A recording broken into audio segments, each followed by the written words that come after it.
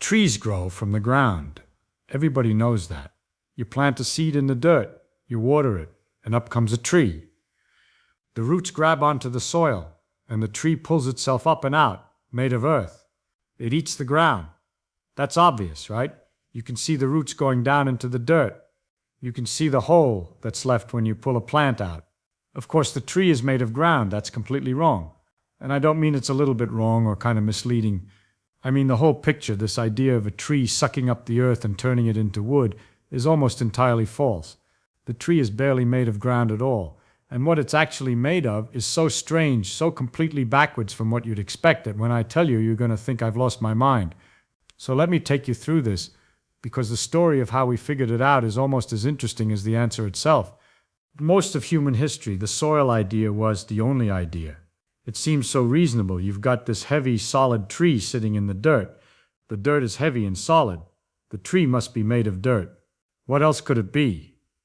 Nobody questioned it. Why would you? Then around 1600, a fellow named Jan Baptist van Helmont decided to actually check, and I love this because this is how science is supposed to work. Everybody says the tree eats the soil. Fine. Let's weigh the soil. Here's what he did. He took 200 pounds of dirt, dried it in a furnace first very carefully so he knew exactly what he had. 200 pounds of dry soil. He packed it into a big earthen pot. Then he planted a little willow tree in it, just a twig, really. 5 pounds. He covered the top of the pot with a metal plate full of tiny holes so dust wouldn't blow in or out and mess up his measurement. And then he watered it. That's all he did. He added nothing but rainwater and distilled water for 5 years. 5 years later, he pulled that willow tree out and weighed it. 169 pounds. From 5 pounds to 169 pounds. That little twig had become a real tree. And he didn't even count the leaves that fell off every autumn. Then he dried the soil again and weighed it. 200 pounds, minus about 2 ounces. Oh, the soil had barely changed. 164 pounds of tree had appeared from apparently nowhere. The soil contributed almost nothing. So Van Helmont had proven something extraordinary. The tree does not eat the earth. The ground doesn't turn into wood. He nailed that. But then he made a mistake. He looked at his experiment, looked at the only thing he'd added, and said it must be the water. The tree is made of water. Water transforms into wood. He was wrong. But you can understand why he thought so. He only added water. The tree grew. It seems logical. And it's a better answer than the tree eats dirt. Give him credit. He got halfway there, which is further than anyone had gotten in thousands of years. But the tree is not made of water either. So what is it made of? Where did 164 pounds of solid, heavy wood come from? Let me ask you to do something. Go outside and look at a big tree. A really big one. An old oak, maybe. Or a tall pine. Look at that trunk. Feel the bark. Knock on it. It's hard. It's dense. It weighs tons. Now look up at the air around it. Nothing there. Just invisible. Weightless air. Would you believe me if I told you that tree is made out of that air? Because it is. The tree comes out of the air. Not out of the ground. Not out of the water. Mostly out of the air. The substance of the tree, the carbon that makes up the wood, the cellulose, the lignin, the hard stuff you can knock on, that all came from carbon dioxide floating around in the atmosphere. Invisible gas. The tree grabbed it, took it apart, kept the carbon, and built itself out of it. Let me say that again because it sounds insane. The stuff of the tree came out of thin air. About 95% of the dry weight of a tree is carbon and oxygen that the tree pulled from carbon dioxide in the atmosphere, combined with hydrogen and oxygen from water, the minerals from the soil, the nitrogen, the potassium, the calcium, all that stuff you think of as plant food. That's a tiny fraction, a few percent. The dirt gives the tree its vitamins, you might say, but the air gives the tree its body. How does this work? Well, the tree has leaves, millions of them, spread out like little green hands reaching into the sky, and each leaf is covered with microscopic pores called stomata. Think of them as tiny nostrils. Carbon dioxide from the air drifts in through those pores. Water travels up from the roots through narrow tubes, defying gravity, climbing sometimes 100 feet or more to reach the highest leaves. And then something remarkable happens. Inside the leaf, there's a molecule called chlorophyll. That's the stuff that makes leaves green. And chlorophyll does something that no chemist on Earth has ever been able to do as elegantly. It catches sunlight. Actual photons of light streaming across 93 million miles from the sun land on that little green molecule, and it uses their energy to rip carbon dioxide apart. It tears the carbon away from the oxygen. This is not easy to do. Carbon and oxygen are very fond of each other. They're stuck together tightly. It takes real energy to break them apart, but the sunlight provides that energy. So the chlorophyll breaks the carbon dioxide, kicks the oxygen out, throws it back into the air. We breathe that oxygen, by the way, which is rather convenient for us. And it takes the carbon that's left over and stitches it together with hydrogen and oxygen from water to make sugar. Glucose, a small, simple molecule full of stored energy. Each molecule of glucose is like a tiny battery, charged up by the sun. That glucose is the building block. The tree takes it and strings it into long chains, thousands of glucose molecules linked together, and that's cellulose. Cellulose is what wood is. It's what makes the trunk hard, the branches stiff, the bark rough. String enough cellulose together, layer after layer, year after year, and you get an oak tree you can't get your arms around. All of it from the air, all of it from an invisible gas you can't see, can't feel, can't taste. The tree reaches into the atmosphere with its leaves and pulls out its own body, atom by atom. Think about what this means. When you look at a forest, you're not looking at something that grew out of the ground. You're looking at a place where the air has been turned solid. Every trunk, every branch, every leaf is mostly former atmosphere. The forest is the air, rearranged and made visible. And here's something else. Van Helmont said the tree grows from water. He wasn't entirely wrong. Water does contribute. The hydrogen atoms in the wood, those came from water. The water travels up from the roots, and the tree uses it in the same chemical reaction. So some of the tree is water. But even that water, where did it come from? It fell out of the sky as rain. It condensed from clouds. It evaporated from the ocean. It was in the air. So the water came from the air too, if you follow the chain back far enough. Almost everything in the tree traces back to the atmosphere one way or another. Now there was something Van Helmont missed entirely, and it's not his fault because nobody understood gases in 1600. He didn't know about carbon dioxide. He didn't know that the air was a mixture of different gases. He actually came close. He was one of the first people to recognize that there are different kinds of gas. He invented the word gas. Did you know that? From the Greek word chaos. And one of the gases he identified was what we now call carbon dioxide. He called it gas sylvestre. And the great irony is that this gas he discovered, this gas sylvestre, was the very thing his willow tree was eating. He had the answer in one hand and the experiment in the other, and he never put them together. That's how science goes sometimes. The clue is right there in front of you, and you walk straight past it. It took another 200 years and several more people to work out the full picture. Joseph Priestley, in 1772, did a lovely experiment. He put a mouse under a sealed glass jar. The mouse used up the air and died.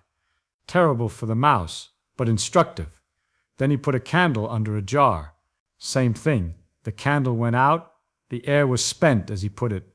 But then he put a plant under a jar with a spent candle, and after a while the candle could be lit again.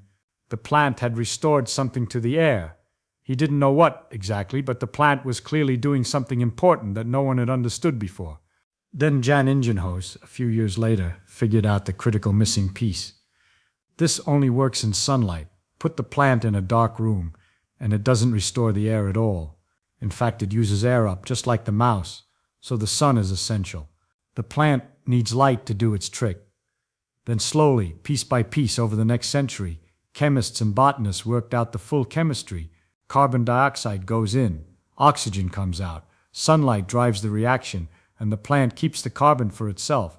The whole machine of photosynthesis, one of the most important chemical processes in the world, was finally understood. That whole chain of discovery, from Van Helmont's willow to our modern understanding, took roughly 3 centuries, 300 years to answer the question, what is a tree made of? And the answer was the last thing anyone expected. Air. Let me push this one step further, because the really beautiful part is what happens when you reverse the process. You've got a tree, it's made of carbon from the air, held together by the energy of sunlight. Now you strike a match and set it on fire. What happens? The carbon in the wood meets the oxygen in the air. They love each other. Remember, They want to be together. And when you give them a little push of heat to get started, they snap together, making carbon dioxide. The tree goes back to air, the wood vanishes into smoke and gas. And the heat you feel, the light of the flames, that's the sunlight coming back out. That's the stored solar energy being released. The sun shone on the leaves years ago, and that energy was trapped in the chemical bonds holding the carbon atoms together. When the wood burns, those bonds break, and out comes the energy that was put in. The sunlight comes back. So a fire in your fireplace is, in a very real sense, delayed sunshine. You're watching a little replay of sunlight that fell on a forest months or years or decades ago. The tree caught that light and stuffed it into chemical bonds, like stuffing a spring into a box. When the wood burns, the spring pops open. Light and heat pour out. The warmth on your face on a cold night is ancient sunshine, finally escaping. And the smoke that rises up the chimney, that's the tree returning to the air it came from. Carbon dioxide mostly. Going right back to where it started.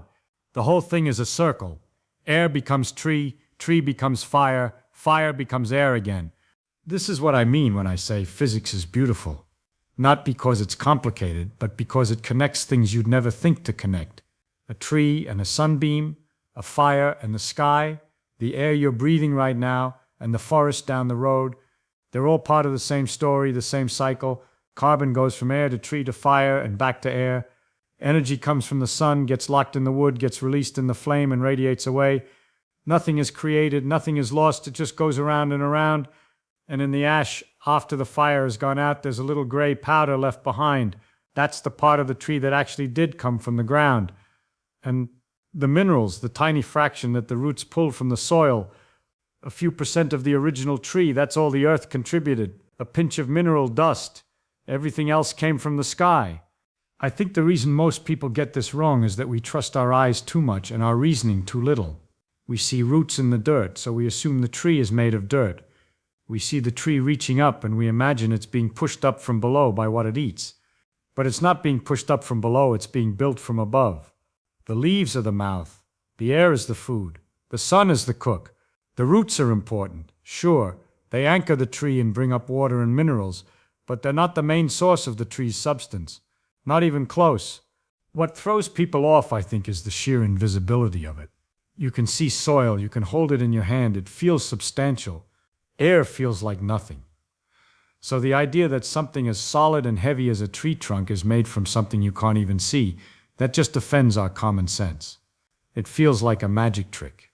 But that's exactly what it is. Nature does something we can barely wrap our heads around. And it does it so quietly, so slowly, that we never even notice. Think about the numbers for a moment. A big oak tree might weigh 10,000 pounds. Of that, maybe a few hundred pounds came from minerals in the soil. The rest, the vast majority, came from carbon dioxide that was drifting around in the atmosphere. Each molecule of carbon dioxide weighs almost nothing. You'd need billions and billions and billions of them to make a pound of wood. But the tree has time. It sits there for decades, patiently filtering the air through its leaves, plucking out carbon atoms one by one and stacking them into wood. It's like building a cathedral out of dust motes, except the cathedral is real and the dust motes are invisible. It's one of those things where once you see it, you can never unsee it. That every time you look at a tree after this, you'll know that massive trunk, those sprawling branches, all of it was pulled out of invisible air by the quiet work of green leaves and sunlight. The whole forest is a kind of slow-motion magic trick where the atmosphere is being turned to wood right in front of you, too slowly for you to notice. Van Helmont's willow gained 164 pounds in 5 years. That's about 90 grams a day. 90 grams of air, captured, stripped apart, and converted to solid wood. Every day for 5 years, that little tree was eating the sky and turning it into itself. And it's still happening now in every forest, every garden, every houseplant on your windowsill.